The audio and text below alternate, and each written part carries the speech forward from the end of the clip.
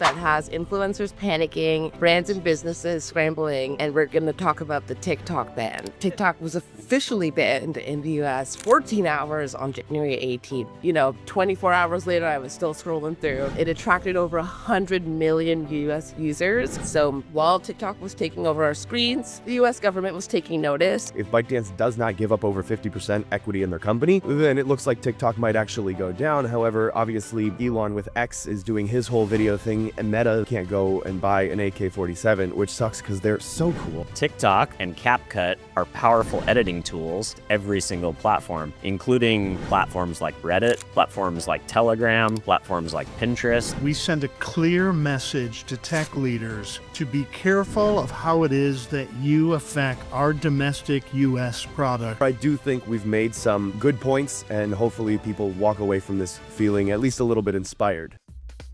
Welcome to We Fixed It. You're welcome.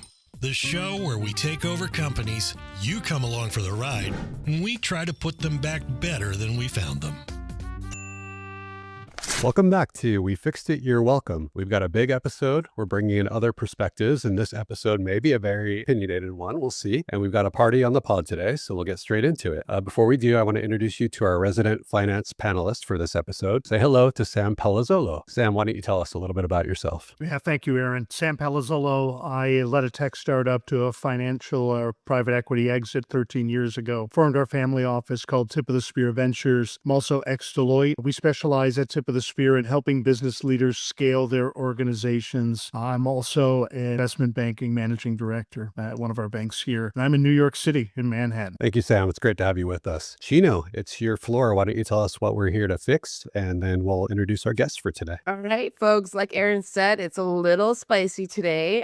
We're diving into a topic that has influencers panicking, brands and businesses scrambling, and we're going to talk about the TikTok ban. After some back and forth legal battles and a lot of political drama to fuel a reality TV show, TikTok was officially banned in the US 14 hours on January 18th. We're not clear where things set up yet, and it's still looking a little rocky, but we're going to dive into it. That's a big challenge. Fortunately, we're not alone. Today, your fearless fixers are also joined by two guests who are immersed in the world of TikTok. We're excited to have them on. First, let's meet Braden Sorbo. Share a bit about yourself, Braden. All right, like you said, my name is Braden Sorbo. I am a 23-year-old actor, author, and TikTok influencer. Half, unfortunately, but at the same time, it was the app that gave me my start. And so I do primarily comedic content, but also a lot of self-help for young men who struggle with depression, anxiety, OCD, and for young women as well. Happy to have you here, Braden. And we've got Dylan Conroy. And what should our listeners know about you, Dylan? How's it going, everybody? My name is Dylan Conroy. I'm also the host of a podcast called The Ad Podcast, where I interview C-suite in and around the marketing world. But over the last 15 years, I have been in the intersection of the creator economy at talent agencies and social agencies. I also represent TikTokers, including Braden, and we've been working together for about a year now. So yeah, we haven't stressed too much about the ban yet, and we can get into why I think it is, not as big of a deal as a lot of people think. Yeah, we'll see how it all shakes out. Thanks for having us. Fantastic. So between all of us, I'd say the deck is stacked in our favor this time. We'll see what happens. Like I said, we're here to fix TikTok. So Chino, what do we need to know about what's going on there before we get into our discussion? Yeah, so here's a quick background on how TikTok rose to the top and how the ban came to be. So we actually need to rewind the clocks back to 2016. It used to be called Douyin, which was launched in China and created by ByteDance. A couple years later, in 2018, ByteDance bought a platform that you might remember, Musical.ly, which merged to become what we now know as TikTok. And so from there, things exploded, obviously, in 2019.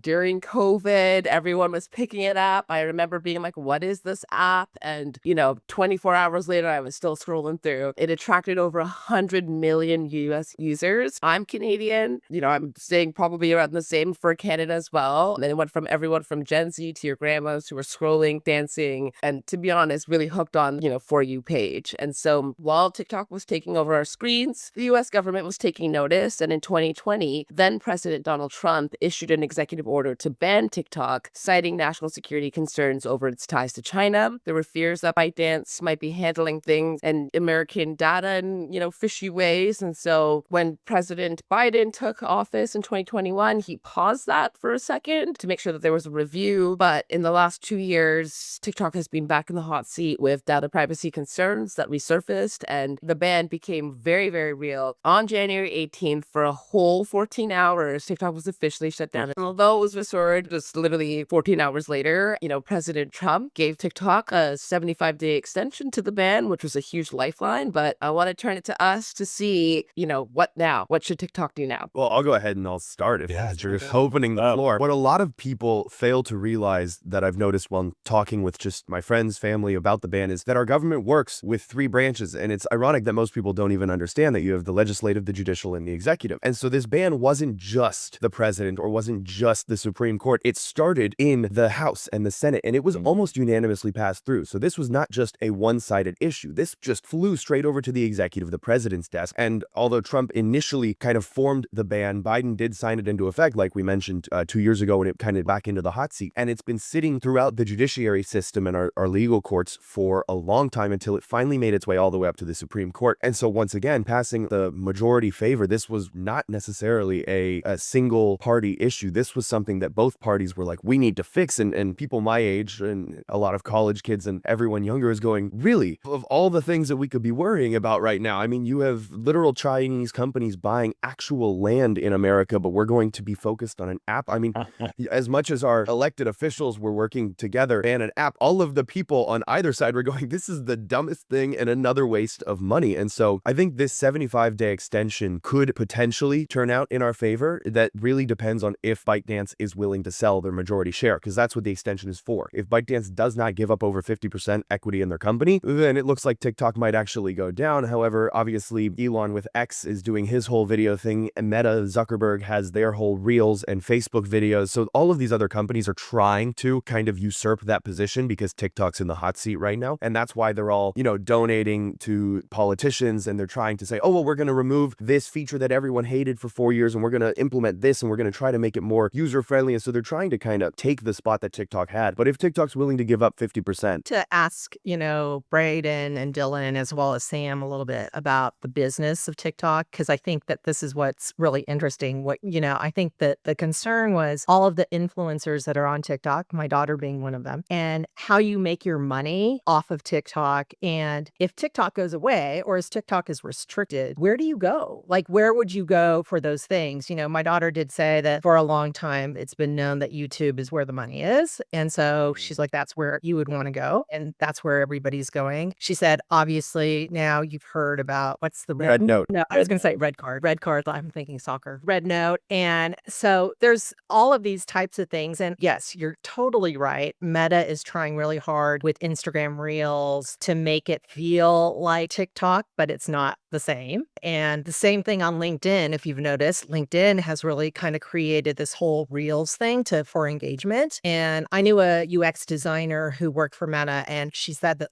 that was their goal, was to really get that algorithm going that they have on TikTok. So from a business perspective, how do you think TikTok influencers are going to have to maybe really look at how they're making money and how they're, partnering, et cetera? Dylan, your thoughts from Yeah, I'll jump in for a second. So, the funny thing about TikTok is that it's always been looked at as a discount fee, like from the perspective of influencer marketing. So Instagram is considered premium. Generally, you get paid between $18 to $22 for every 1,000 followers you have when you do a social media post or a reel or even an Instagram story. There's some packaging efficiencies when you do multiple posts, etc. But TikTok, because the people's numbers are so huge and the amount of views that they actually get on their content generally has nothing to do with how big they are. That's been both a good thing and a bad thing for kind of the rise of influencer marketing on that platform. But at the end of the day, TikTok ushered in this idea of an algorithm-based economy versus a follower-based economy. So prior to TikTok, your value on a social platform was how many followers do you have? And when you post a piece of content, how many of those followers tend to see it? Prior to TikTok, we're very dependable for delivering,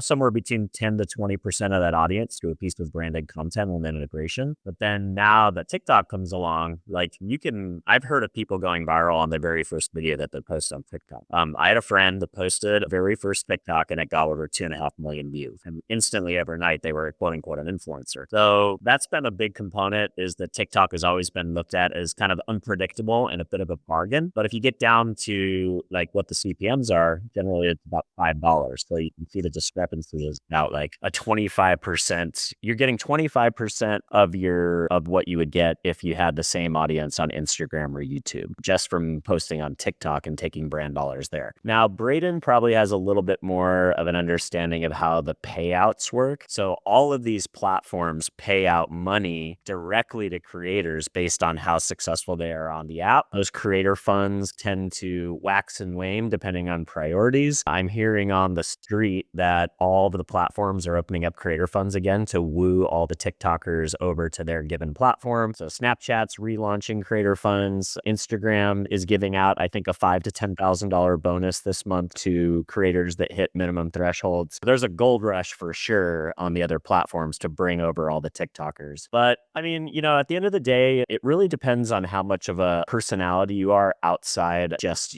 building a following on social media. If you're an actor like Braden, or if you are a musician, or if you are an athlete, people are going to follow you based on who you are. But if you built your platform and you're only famous on TikTok and you only have a following on TikTok, it's going to be really hard if you're not considered a household name to bring that audience with you anywhere. Braden, maybe you have some opinions on that. Yeah, no, I would 100% agree with everything you just said. I will also add that my content was deemed unmonetizable by TikTok. So I actually don't make money on it. So when I was making my videos talking about the ban, I was going, frankly, it doesn't necessarily affect me. I mean, obviously I can't say, oh, I have 2 million followers on TikTok anymore if the ban were to have gone through. But I have friends, one of my good friends, his name is Mega American. He does these travel videos that are 5 seconds long, and he films his camera or films his face and pans to the most beautiful view you've ever seen. It's like an iPhone screen paper. He has 14.5 million followers. He was making money. I have a friend, Brian Andrews, who's a country singer out in Kansas. He was making money on TikTok, so just because I per se wasn't necessarily making the same type of money, I had brand deals and things like that, but not just the straight creator payout thing, as my jokes were deemed, too inappropriate or whatever. Yeah, they were M-rated for mature audiences. I have seen the kind of creator fund go up and down, and when it first was launched, it was the worst thing you'd ever seen. If you joined it, they would purposefully hinder your growth so that they would pay you less. So you joined the creator program and you would get maybe 10% of your normal views, and you would get paid for all of those views because, if you averaged 100,000 views, which would have been equivalent to a lot more money, you were only getting 10,000 views. So not only did your page look like it had just died, but the money wasn't really worth it, because brands would take a look and see, oh, this guy doesn't get any views anymore, so why would we even want to hire him to make a video for us? And so I know a lot of people, myself included, who joined the initial creator payout sharing program, and then we left because it was just unsubstantial. Like, it just didn't make a good impact on our accounts. And so, just speaking from experience, seeing these companies kind of bring a new one, I know Snapchat was very good at it. I had a friend who was making 6 figures monthly, his Snapchat videos on the Spotlight program when it first launched, and roughly the same on YouTube Shorts. He was one of the first people to get onto the YouTube Shorts scene, and because of it, he was rewarded handsomely. And so I see that the other companies bringing this in as a net positive and a good thing, because once again, it brings in that competitive market. And so who can draw more people to their platform? Right. And Sam, I want to ask you if the drive for creatives is, if the creatives are loyal to the program, there's a big, stateside creative push, right? And willingness to monetize. And you even have creators stepping up to say, we're going to invest in this platform. We'll take the 50% stake or whatever's needed. What do you think from a business perspective is the holdout to say, okay, good, let's get creators involved? I don't know that there's a lack of interest in funding. There's so much money at stake here from an organization perspective. The key point, though, to keep in mind is that, this isn't a suggested ban for the sake of banning. If you think about where it is that we've, as a business economy, kind of blown things up in a bad way, it is when we've had hacks occur within our organizations and private information has been dispersed to the public. Here's what I know, having sat on the board of directors for a cybersecurity firm, is that these cyber criminals are extremely deep pocket funded. They're extremely well organized. They're extremely so. I mean, we can take a look at, there's no shortage of people that want access to TikTok, be it creators or be it from a pool of, we'll put up the funding. Let's make it an American company. But it is one of those things of the security issues that are at stake here. That's why the original ban was brought through. And I want to lose sight of that in our conversation today. Yeah, Sam, that's a great point. And I don't think it's any coincidence that the same week that TikTok gets banned, the next week we see DeepSeek, which is a AI platform that's supposedly, 100 times less expensive and 10 times better than everything we have in America. I mean, it seems like a psyop, in my opinion. China's just launching another tool and another marketing program to get a bunch of users. And I've already heard stories of early DeepSeek users from a corporate level already had cyber issues and hacks and things happen. So these are sometimes hard to tie one issue to another. I think with social media, passwords get hacked all the time with social media, but it's usually individuals getting hacked. Now, if you think about DeepSeek and a company comes and hooks up all its data to DeepSeek because it wants AI insights, well, now you've given away the security of your entire company, not just the security of you as an individual on your personal device. So I think we have to look at the bigger implications of China being a closed market where no US companies are allowed to bring our apps and our software and our tech into their market and service their customers. And it's, a massive market, but we give China all day the opportunity to run rampant inside of the US market and throw anything they want. And, whether it's manufacture products, pharmaceuticals, food, precursors to fentanyl, now, software that definitely has bad intentions from at minimum a data collection perspective and an algorithmic point of view to influence, but probably much more nefarious national security issues, as Sam is alluding to. So As consumers, I would say we volunteer our data and our privacy, and we write up all day long to app and social media, and it's, we don't know what happens to it. So why would we assume that TikTok is any more nefarious than any of the other platforms we're using all day long? Yeah, exactly. The only difference being that TikTok's not owned by an American company, and so the American government can't take your data, the Chinese can. Yeah,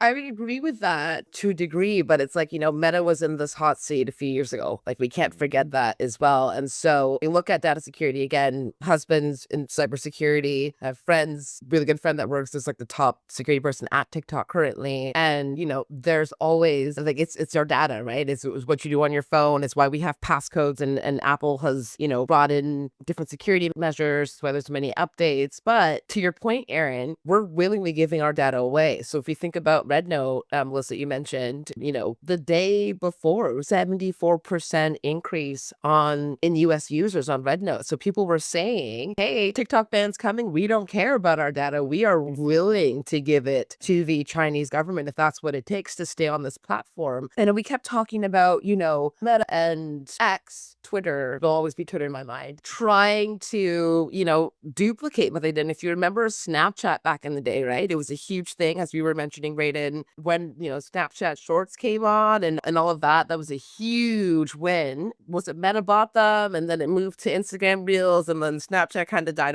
a little bit. It's kind of having its resurgence again because, all of the social media apps are thinking, okay, what are other alternatives? But like you said, Dylan, it's the algorithm is what makes TikTok. And so I'm wondering how TikTok can, as a company, can keep that. So say, we get a 51% buyout and it stays. How does it maintain kind of this integrity? How does it maintain, us trusting them a little bit more, if that's even possible? What type of data communication and transparency we'll need to see? Like, how can we fix it if it were to stay? Integrity isn't the issue, is it? I mean, ownership doesn't change the algorithm. And the beauty of TikTok is you can dead scroll for hours and continue to see engaging content. But the real issue, we're on a collision course as a country, and it's our opportunity to identify who's driving, who's got their hands on the wheel. Not every creator who's out there, influencers like Braden, who's trying to utilize his platform for good to solve depression in young men. But this collision course I'm talking about, it is at our detriment as a country. And you mentioned the hot seat that Zuck was sitting on a couple years ago. Well, guess what? How many more of these collision courses or school shootings or disasters that could have been avoided because of a technology platform are we going to stand for? It's not an ownership issue. It's an integrity of the algorithm. So I think watch for this collision course. I would agree with that, Sam. And I think that there needs to be, measures put in place to kind of safeguard it so that people are not in echo chambers, to be honest, because, as much as we say school shootings, again, the topic of why are we talking about TikTok when, I'm sorry, I'm a Canadian. I have no no idea how guns are allowed to be as prevalent as they are. I don't understand why people can have an AK. And she's like, I'm terrified. I'm in California and I've been here for a few months. I'm scared, even though it's California. So that was a problem way before TikTok, way before like the Reddit and the 4chans of the world. That has always been a problem. We've just focused, as you said, because this is a Chinese government. Again, there's national security measures, even from a Canadian step, as a Canadian speaking. I understand that. But are those nefarious intent? Like, is that really taking away from larger issues? Are these echo chambers that you're talking about? Like, Brayden, I've seen some of your comment as well, like your content. I like some of the things. I don't agree with other things. And some people can say that's an echo chamber too, because if that has also helped breed incel a little bit, we're talking about men's depression. And,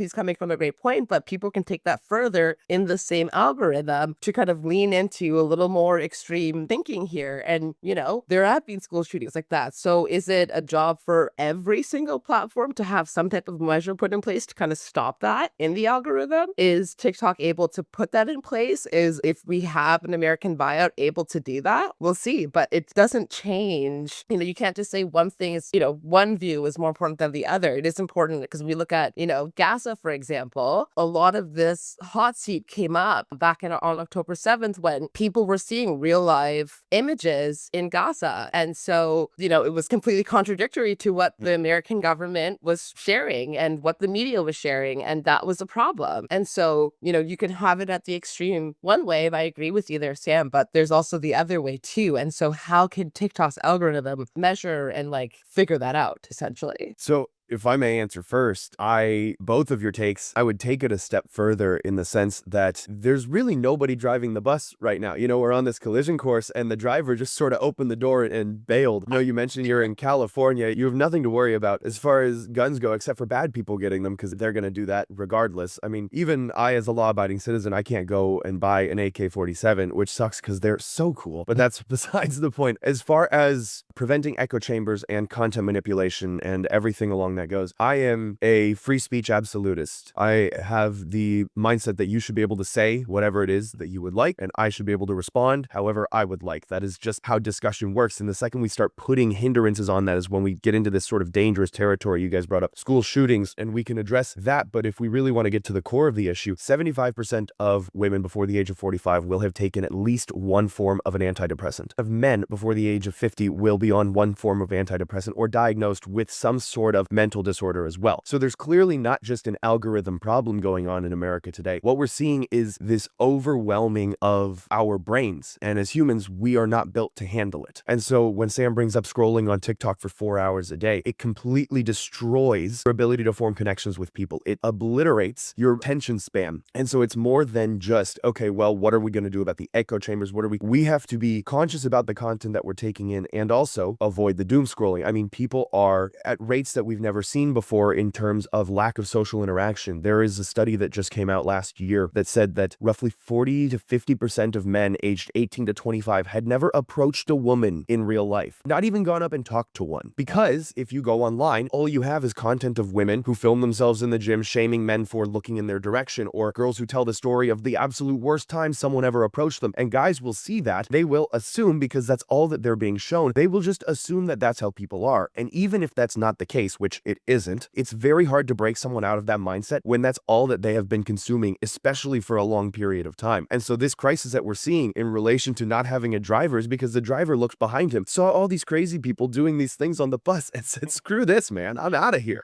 No, I would agree with you too. And I went to school for neuroscience and psychology and mental health support prior to all these social coming in. And of course, again, this is what I'm talking about with those measures. There needs to be measures in place to stop the doom scrolling. There needs to be measures in place to stop the echo chambers. That said, when you go back to, you're an advocate for free speech, which I am as well, but also understanding that free speech has a consequence. The reason that women are posting this is because real life as a woman, you're targeted, you're unsafe in a lot of places that people, again, you talk from a perspective of a man speaking, but what about as a woman, I have been uncomfortable in a gym and I felt uncomfortable with someone coming up to me at night. And so sure, we have that conversation, but what about the other side? And I think that's really important. important to bring to the table. And so if people are so far in their echo chamber that they only think women and this is all that it can be, or they don't get the other piece as to maybe why women feel like this, and maybe what's a better way to approach that, that can be dangerous. So again, echo chambers on either side shouldn't happen. People need to, touch grass and go outside and speak to people. That is true. But this is why measures for both doom scrolling and for the algorithm and stopping those echo chambers are important. So I would love to kind of turn back to you. How do we fix it? Yeah, I think the problem. Complexity, what we're talking about in our topic is like really threefold. I think we've all brought this all up. So there's TikTok as in terms of the security. Dylan, you brought that up. That's great. Dylan and Sam both brought it up. And accountability, so security, accountability. I think Braden and Chino, we've talked about the content and the communication and what it does and the algorithms and what comes up on your For You page. And then there's the business of TikTok, right? So, we're all in it to make money. So TikTok is not a nonprofit. Let's get real. So, I know when we started, we were talking about that, about the business of TikTok and like how, when we talk about like the influencers, like a Braden, like my daughter, et cetera, there's also businesses involved and partnerships involved. And so like, how do you attach yourself to a partner and how do, and all of that. So this is a very complex ecosystem that TikTok has created and that the users we've all bought into, like figuratively and literally. And so now with the pending idea that this is potentially going away, it's opening the doors, the floodgates, right, to actually disperse all those three things to these other platforms. And the question is, how do you control, so Snapchat doesn't and Instagram and Meta doesn't become the next TikTok. Maybe it already is. LinkedIn doesn't become, become doom scrolling on LinkedIn. It kind of feels like that. It's everybody who's losing their jobs, all that. So I think there's there's some meaty questions here, of how to solve that. I don't know. Obviously, I think the six of us we have expertise in each of our arenas. I don't know that we can solve that, but those are some really good questions because from a business perspective, like Braden, I would like to know your sponsors or your partners start talking about what you wanted to do or where you wanted to go, or were you already pretty much distributed around YouTube and other places? I mean, I was pretty distributed already. It wasn't necessarily as big of a concern for me, thank God. As far as the whole business thing goes, that would necessarily be up to each individual company. I mean, obviously we want to prevent doom scrolling. At what point is the government getting involved and forcing that too much? I mean, in China, you can't play video games after, 11 o'clock at night. You can't, watch TV after a certain period. There are certain limitations that they have on their citizens, and that's complete oppression. We've lost freedom at that point. You can only do certain things when, the government says it's okay, and it's just this kind of shadow corporation overseeing every single thing that you do. And so it's for the same reason that we have measures in place to stop people from drinking and driving. You get a DUI, or you do something along those lines. There can be measures put in place that aren't necessarily an encroachment or infringing on another person's, rights. And there are things that the government shouldn't be kind of touching on that more should be left up to the people themselves, right? I have my family, I have my friends, and if they care about me and they notice a bad trend starting to occur, there are things that they can do to help me as opposed to, some sort of larger body. And I hope it doesn't have to get to that point, but obviously that is where it might end up. I'll talk. Let's say it comes. Okay. I was just going to talk real fast to just a general business principle that I advise all of the influencers that I work with or manage, and it's diversification. There's no reason why you shouldn't be on every platform. It's not hard. One of the biggest things that I was bummed out about TikTok potentially going away is TikTok is essentially my camera. TikTok and CapCut are powerful editing tools, and I usually start by creating content on TikTok. Then once I post it to TikTok, it gets saved at my camera roll, and that same video goes across every single platform, including platforms like Reddit, platforms like Telegram, platforms like Pinterest. You can use that same video that you created in TikTok across every single platform, including LinkedIn now with the vertical video feed and the emphasis on the vertical video feed. I had a video the other day on LinkedIn get 80,000 views. It was 1/3 of all all of the views I've generated in the history of my LinkedIn account because they are prioritizing video so heavily. So I think that's a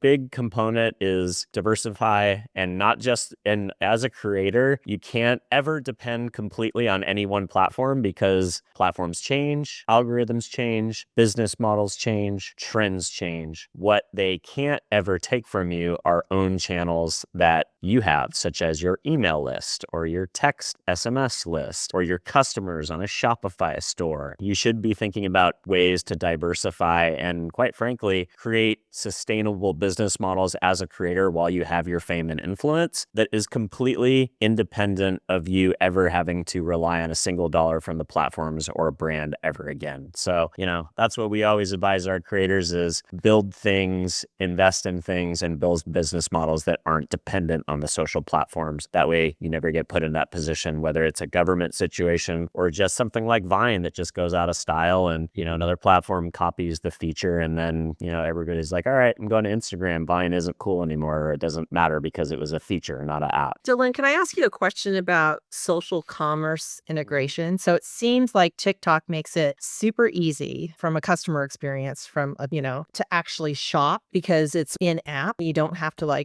go anywhere else, and it just takes you right to whatever outfit they're wearing, whatever drink they're drinking, whatever it might be. So do other platforms have, a focus on trying to make sure that their shopping integration function is as strong as TikTok's? Or do you think TikTok... I've heard really good things about YouTube Shop. The problem I think is that for a long time, people didn't really want to, we saw that these massive crazy numbers of online kind of QVC style live selling in China. It took a while for it to kind of catch up to the American market. And a lot of creators weren't that interested in it until they saw how much money they could make. I know TikTok creators that are strictly TikTok shop people. They've got 1,000 followers and they're making $30,000 a month just creating content for TikTok shop. They don't care about following. They only care about affiliate sales and commissions and being good QVC style online shopping hosts. I think that model is coming heavy for America, but you also have to think about the idea that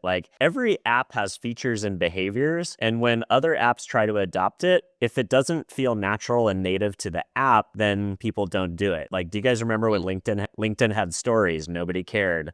For a while, Facebook Reels and Facebook Stories, for a while, I'm like, I don't like this. This is what I do on Instagram. And eventually it did kind of work in both places. YouTube Shorts, at the beginning, everybody was like, I don't do this on YouTube. I go to YouTube to watch podcasts. Now they've kind of, come to some degree of oh yeah, Shorts is a place to go and do vertical video scrolling. LinkedIn, I don't ever touch the video feature because I never see an update there. So, and that's not what people go to LinkedIn for. They go to LinkedIn to, create relationships for business. So, or job seek or things like that. So you have to think about people's behaviors and action intent for each of these apps. And that's why always just being one thing to all people and copying doesn't seem to work. Or you talked about Snapchat. Snapchat never emphasized creators for a really long time until they found themselves at doing that to their detriment. So then they launched Spotlight. And did they do it too late? Who knows? So you have to really think about user behavior across these platforms and why do people come to the apps. But yeah, I think long answer to your question, I think, YouTube and probably Instagram being second, and Amazon's creating its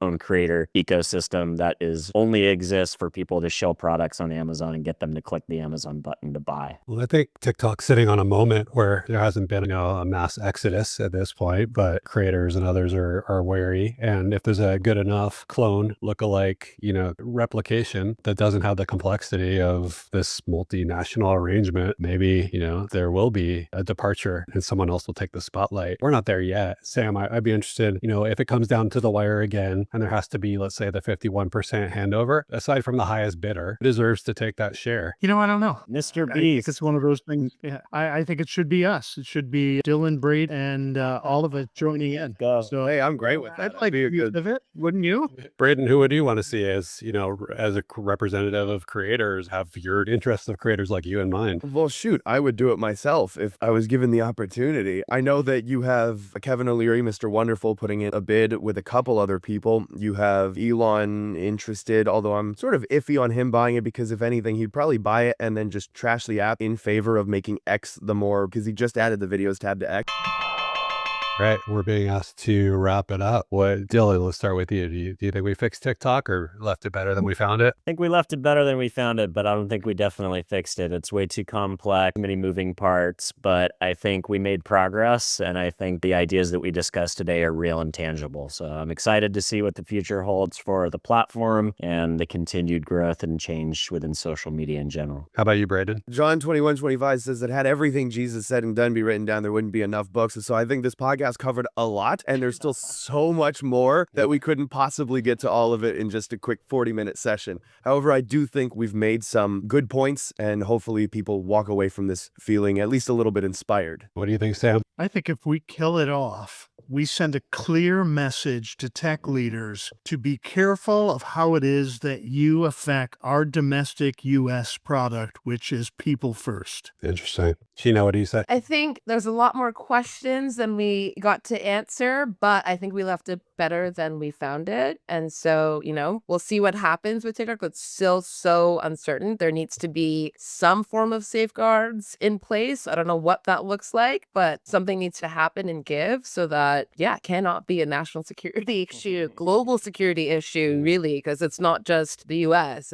There's the entire world has access to TikTok. So that can be a scary thing. How about you, Melissa? Did we fix TikTok? I'm with everyone else. I think that this is a very complex issue, but I love the diversity of the panel and what we brought up. And I think that we brought up some really good points. So, from a business perspective, influencers like Braden, Dylan mentioned this, need to diversify their social media presence. And I think they've already all done that, especially the good influencers. We have to invest in content creativity and accountability. We want to leverage those influencers and the communication that they may have and the scope that they have and reach they have, and explore those emerging platforms and not recreate the problems of TikTok that we have currently by just, dumping that into Meta or wherever, X or wherever it might go. I think that's definitely something that, history does repeat itself, but let's be cautious about that. And I really appreciate the idea of, getting to the root of it and like talking about data security and things like that, because I know that like most people, you always get the terms and conditions, right? I don't think anyone doesn't click on it because they want to see what's next on the next page. And so to me, I think that's really an interesting component that we have to think about. And,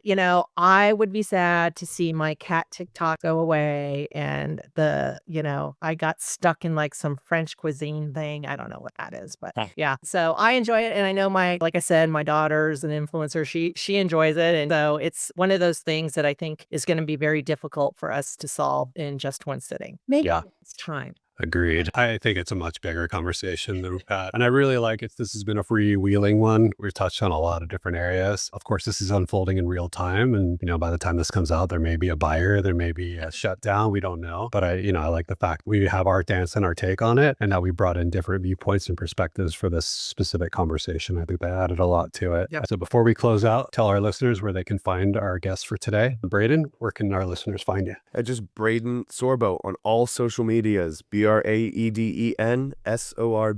and then sorbostudios.com for the website. Thanks. And you, Dylan? Dylan C. Conroy across the interwebs, and check out the Ad Podcast at Podcast Plus platforms, wherever you listen or watch. Awesome. And Sam? Find out more about me and my business scaling operation at sampalazzolo.com. Perfect. Thank you. And the rest of us, you can find us at wefixeditpod.com, which includes our full episode archive. And thank you so much to Dylan Conroy, Braden Sorbo, and Sam Palazzolo. And we'll see you next time. Let's go. Thank you.